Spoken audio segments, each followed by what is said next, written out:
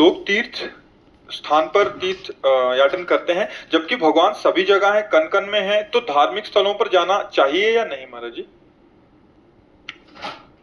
मेहंदी में लालिमा होती है ना, पर मेहंदी के पूरे पेड़ को चीर डालो, कहीं लालिमा दिखा दो तो तुम्हें सामने नहीं ना।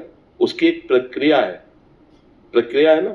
उसके पत्ते तोड़िए, उसको बांटिए, बांट के लगाइए, आधा घंटा लगा रहने दीजिए, फिर धो दीजिए। तो आप दूध में घी है, पूड़ी पका सकते हो, लेकिन घी है उसी में। उसकी एक प्रक्रिया है, उसको दही बनाओ, मंथन करो, मक्खन निकालो, फिर उसको तप्त करो, तब वो घी बन जाएगा। समझ रहे ना? ऐसे परमात्मा सर्वत्र है। चीर फाड़ डालो किसी को, कहीं भी अगर मिल जाए तो बताओ।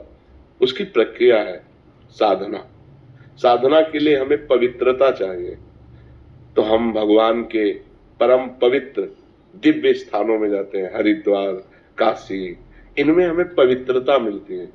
जब हमारा हृदय पवित्र होता है तो हमारे अच्छे भाव होते हैं, तो वो भाव भगवान को समर्पित हो जाते हैं और हमें भगवान का अनुभव हो जाता है। जब हमारा भाव बन जाए ना, तो हम कुत्ते से भी भगवान प्रकट कर सकते हैं। हमारा भाव बन जाए तो हम ईंट से भी भगवान प्रकट कर सकते हैं। हमारा भाव ना बने तो भगवान में भी भगवान नहीं दिखाई दे रहे। दुर्योधन का भाव नहीं है भगवान के प्रति, तो श्री कृष्ण को एक बहुत विद्वान प्रवीण यदुवंशी समझता, वो भगवान नहीं मानता। दुर्योधन भगवान नहीं मानता। जब भगवान ने विराट रूप दिखाया तो बंदी बनाने की कोशिश की, वो भगवान को मनुष्य मानता रहा, कभी भगवान नहीं माना। तो बात समझ में? ये जो तीर्थ बने हैं ये पावर है, अध्यात्म के पावर है। जैसे गंगा जी नहा के आप देखो कैसा लगता है, एकदम फ्रेश, लेकिन नियमानुसार। अब गए कुल्ला कर रहे हो, थूक रहे हो और मल रहे हो, साबुन लगा रहे हो, कोई अनुभव नहीं होगा। गए साष्टांग दंडवत किए, माथा में जल रखा और गए चुपचाप 5, 7, 11 डुबकी लगाई, एकदम बाहर हो गए। देखो एकदम आनंद आएगा। वृंदावन आए, परिक्रमा लगाओ, बिहारी जी के दर्शन करो, किसी का दिया हुआ कुछ खाओ मत, रजरानी लगाओ, नाम जप करो। जब जाओगे तो एक अच्छा अनुभव होगा, एक आनंद अनुभव होगा। अब यहीं आओ, इधर उधर सब गंदगी करो, तो जब जाओगे तो कुछ हाथ नहीं लगेगा।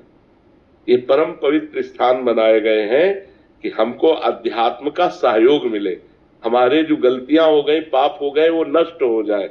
भगवान सर्वत्र है, पर जैसे दूध में सर्वत्र घी है, दूध से काम नहीं चल सकता, उसका प्रक्रिया। तो ऐसे प्रक्रिया का मतलब साधना। तो साधना का प्रारंभ करने के लिए हमें जो पवित्रता चाहिए, वो गंगा है, काशी है, जो बड़े बड़े तीर्थ है, इनमें इसीलिए जाया जाता है कि हम गृहस्थ हैं, हमसे कोई ना कोई पाप बन जाते हैं। तो इन तीर्थों में जाने से हमारे पाप नष्ट होते हैं, हमारे पुण्य बनते हैं, हमारा हृदय पवित्र होता है। अवश्य जाना चाहिए, पर जिस पद्धति से रहना उसी पद्धति से रहना।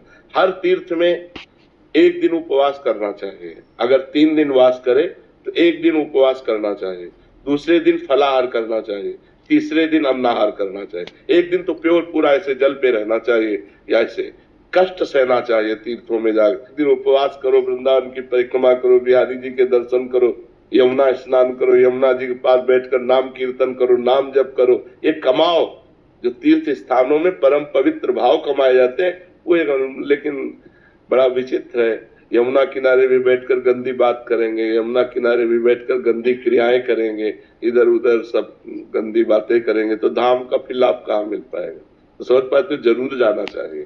तो महाराज जी, जैसे इतने बड़े बड़े तीर्थ स्थल है, कभी कभी वहाँ पे अनहोनी हो जाती है, इंसान भगवान को पाने जा रहा है। आप हमारी बात सुनो, अनंत जन्मों से भटका हुआ जीव, शरीर तो छूटना ही है, राइट टाइम है शरीर का।